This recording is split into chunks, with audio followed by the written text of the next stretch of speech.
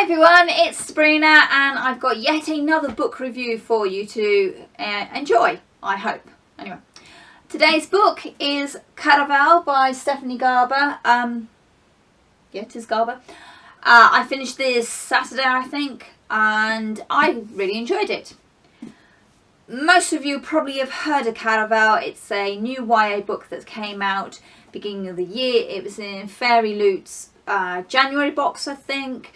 If not December, one of those two, and it's been doing the rounds on all the booktube, particularly those that focus on YA books, but it's been doing the rounds and I've managed to finally read it. I got a bargain copy from my local supermarket, which meant I had an exclusive inside cover thingy.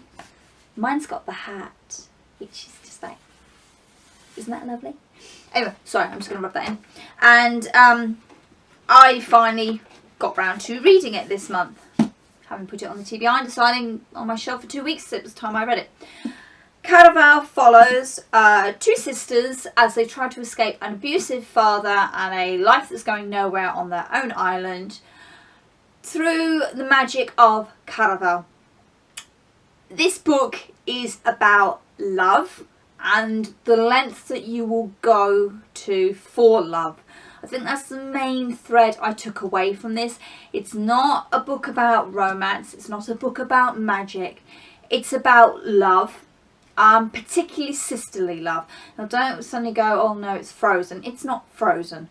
It's slightly different to that, but it is that kind of that unconditional love that siblings have for each other, and how far you will go to protect that sibling, how far you will go to protect the person you love. And it's told really well, I think.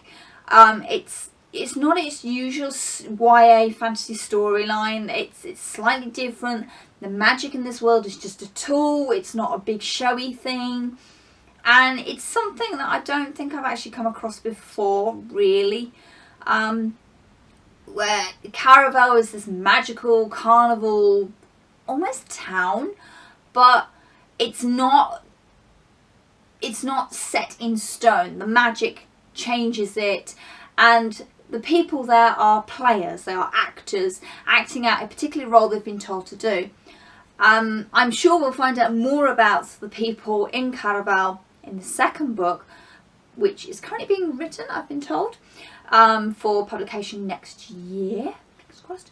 So this one is all about the sisters. This follows Scarlett's search for her sister Tella, or Donatella, but she calls her Tella, and how she completes tasks to find her sister again, which is quite good. I have to say, I read a few reviews on Goodreads after I finished reading it because I enjoyed it a lot, but I wanted to know why other people didn't enjoy it. And the big gripe that a lot of people seem to have is the flowery prose, the overuse of metaphors and similes, and these tools, these linguistic tools, being used but not actually making any sense.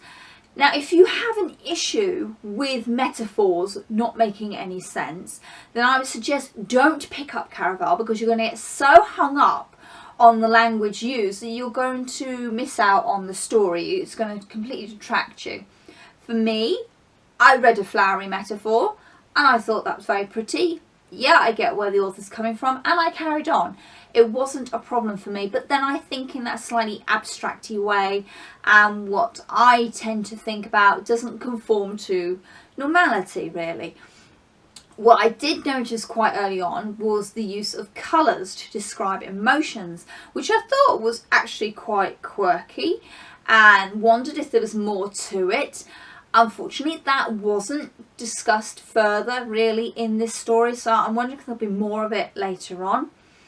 But it was interesting to see that every emotion that Scarlett saw or felt, she had a colour to identify with it. Which, for those of you that don't get emotions, colour identification is pretty good. You know, if you're in a thick, bad, foul temper, you know, raging dark charcoal clouds might be a very appropriate metaphor for your mood. So I think the biggest issue people seem to have with it is the language and the metaphor used a lot of the time, and they found that it just jolted them straight out the story. If you don't have a problem with that, then you're going to love this. Like I say, it's something slightly different to what I've been reading previously. It's just the way that the story unravels, that things are not what they seem, and we're told specifically, don't believe everything you see, don't believe everything you hear. This is a game, you're playing a game, and people are going to lie to you. And we're told this, and yet you still find yourself falling for things and then wondering what's real, what's not real. But some of it is real, but it's not real at the same time. And it's just a really good way of getting you to sit and actually think about what you're reading a bit more and trying to solve the puzzle yourself. You know, who is lying to you? What is real in this world? Where is the genuine magic going on? And when it's used, you know, is that a good thing? Is that a bad thing? So I quite liked it. There was a romance thrown in for good measure. Potentially it could have been a love triangle, but I'm really glad it didn't go down that line. It worked quite thoroughly for me that we had this natural progression. It became something more, and it wasn't an issue. So I quite liked that. I don't do the love triangle thing. You either go with one person or you go with another one. You don't cheat on two, because that's just, ugh, yuck, horrible. So I liked that it was a straightforward romance line through it, and it wasn't an issue. I did like some of the descriptions. I particularly liked the use of the magical dress that Scarlett is given pretty early on in the story.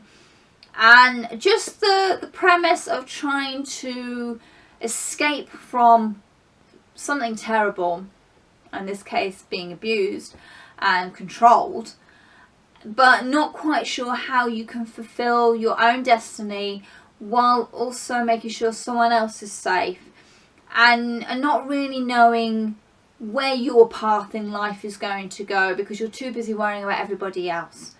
And so I liked that Scarlett was allowed to find herself, as it were, and discover what she wanted in life, not what everybody else was trying to force upon her, or what she was even trying to force upon herself, for all the right reasons, but not for the ones for her. So yeah, so Caraval, like I say, I really enjoyed it. It's not too heavy a book, just over 400 pages. It's, you know, readable in a few sittings, which is quite nice. It's definitely been set up for a sequel. There is an epilogue at the end, and it's definitely, yeah, that's going to be a second one. So I'll be interested to see how that follows on from this story, where we go from here. And I really enjoyed it. I just thought it was a very entertaining read, interesting use of language, interesting premise, and yeah, I liked Scarlett. I thought she was a pretty decent character, to be honest. So it was good. So that's my review of Caraval. Please let me know what you liked or didn't like about the book down below, or link me to your own review videos. I'd be interested to see what other people's thoughts about it, because we don't all read the same, and we don't all think the same about the same books. So wouldn't it be boring if we all loved the same books? But we don't, and that's what makes this interesting, to discuss why people didn't like certain things in it, or why they did like things in it. So please let me know what you thought. Thanks for watching. Happy reading, everyone. Bye.